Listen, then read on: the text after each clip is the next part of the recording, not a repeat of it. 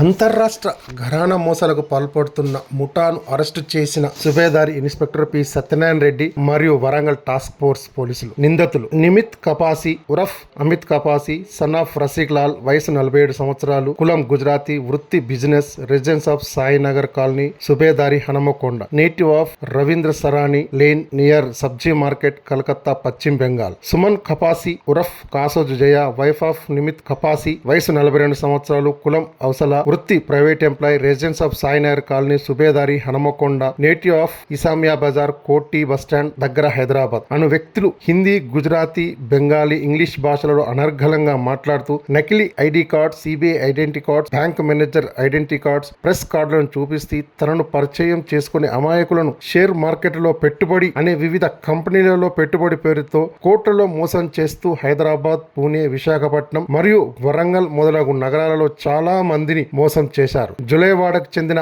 సయ్యద్ రియాజ్ అను వ్యక్తి మరియు ప్రవీణ్ కుమార్ లను పీకింగ్ సిస్ consultant company private limited Riyaz ను డైరెక్టర్ గా మరియు ప్రవీణ్ ను వర్కింగ్ పార్ట్నర్ గా పెట్టి అందులో matrimony, overseas consultancy, bank loans, share market మరియు జాబ్స్ ఇప్పిస్తామని చెప్పి కొంతమంది బాధితుల నుండి 1,34,00,000 రూపాయలు తీసుకొని మోసం చేసి పారిపోగా తేదీ 22/8/2024 రోజున సాయినగర్ కాలనీలో అరెస్టు చేసి అతని వద్ద నకిలీ CBI identity card, Times of India press card, Union Bank manager identity card, నకిలీ Aadhaar card, PAN card, identity cards, gold ring, 7,800 నగదు, నకిలీ బ్యాంక్ చెక్కులు స్వాధీనం చేసుకున్నారు. 1,37,00,000.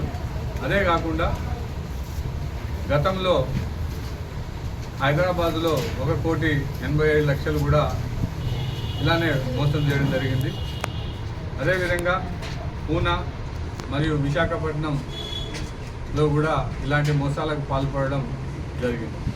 ఇతనిపై ఉన్నటువంటి పాత కేసులు కూడా ఇంతవరకు ఎవరు అరెస్ట్ చేయలేదు. ఈరోజు మన సుబేదారి పోలీస్ స్టేషన్లో అరెస్ట్ చేయడం జరిగింది. వారు సుమారు 5 కోట్ల రూపాయల అన్ని అంతరాష్ట్రంలో 5 కోట్ల రూపాయల చీటింగ్ చేయడం జరిగింది. అదేవిధంగా వారి వద్ద నుంచి ఈరోజు నకిలీ సంబంధించినటువంటి సిబిఐ కార్డు, ఆధార్ కార్డు, ప్రెస్కు సంబంధించిన కార్డ్స్ మరియు చెక్స్, రకరకాల బ్యాంకు సంబంధించిన ఐడి కార్డులు అవన్నీ కూడా సీజ్ చేసి వారిని రిమాండ్ పంపడం జరుగుతుంది. అతనితో పాటు వాళ్ళ భార్య కూడా ఆధార్ ఏజెన్సీలో పనిచేయడం వల్ల ఈ ఆధార్ కార్డులకు చేంజ్ చేయడం ఇదంతా నాలెడ్జ్ అంతా కూడా ఆమెకు ఉండటం వల్ల ఇద్దరు కలిసి ఈ మోసాలకు పాల్పడుతున్నారు. వారిని ఈరోజు అరెస్ట్ చేయడం జరిగింది.